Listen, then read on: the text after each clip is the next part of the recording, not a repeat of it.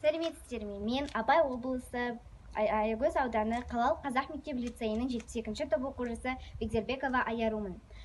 Мектебім мейірбандық мекені атты бейнероликтер сайысының қатысушысымын деуге де болады. Маған берілген тақырып жазғы демалыста мен жасаған игі іс. Жалпы игі іс деген ол жақсылық жасау, кез келген жанға көмектесу, оған қуаныш сыйлау, адамшылық пен адамгершілік пен жақсы қасиеттерді дамыту деп ойлаймын.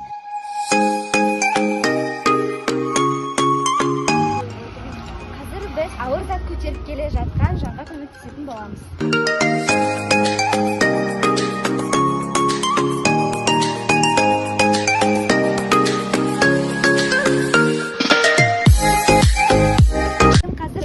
Адамдарды қуанту мақсатында бір жанға осы кітапты табыстайтын боламын.